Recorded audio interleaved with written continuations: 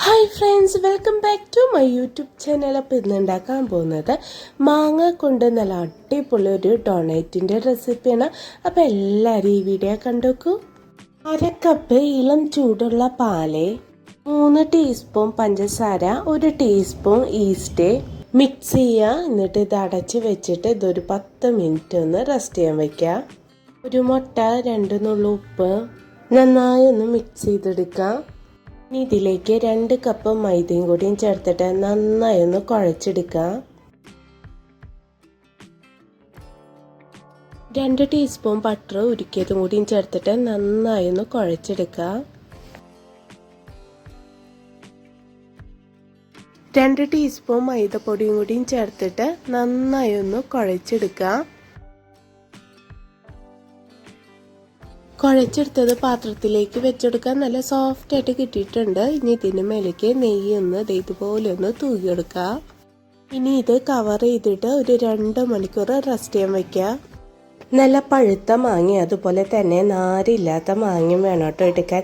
അപ്പം ഞാനിവിടെ എടുത്തിട്ടുള്ളത് നീലി മാങ്ങ ഇതുപോലെ കഷ്ണങ്ങളാക്കി എടുത്തിട്ടുണ്ട്.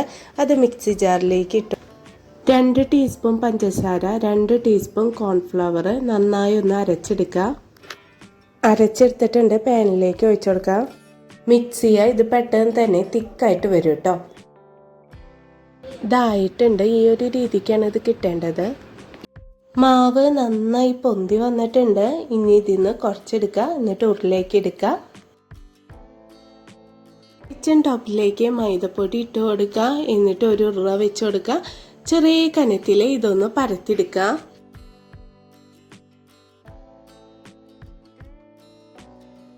മൂടിയോ എന്തെങ്കിലും വെച്ചിട്ട് ഇതുപോലെ ഒന്ന് കട്ട് ചെയ്തെടുക്കുക.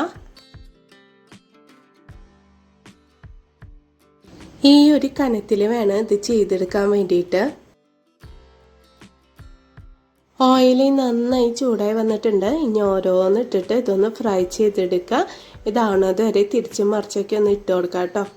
ഇതായിട്ടുണ്ട്, പാത്രത്തിലേക്ക് മാറ്റാം.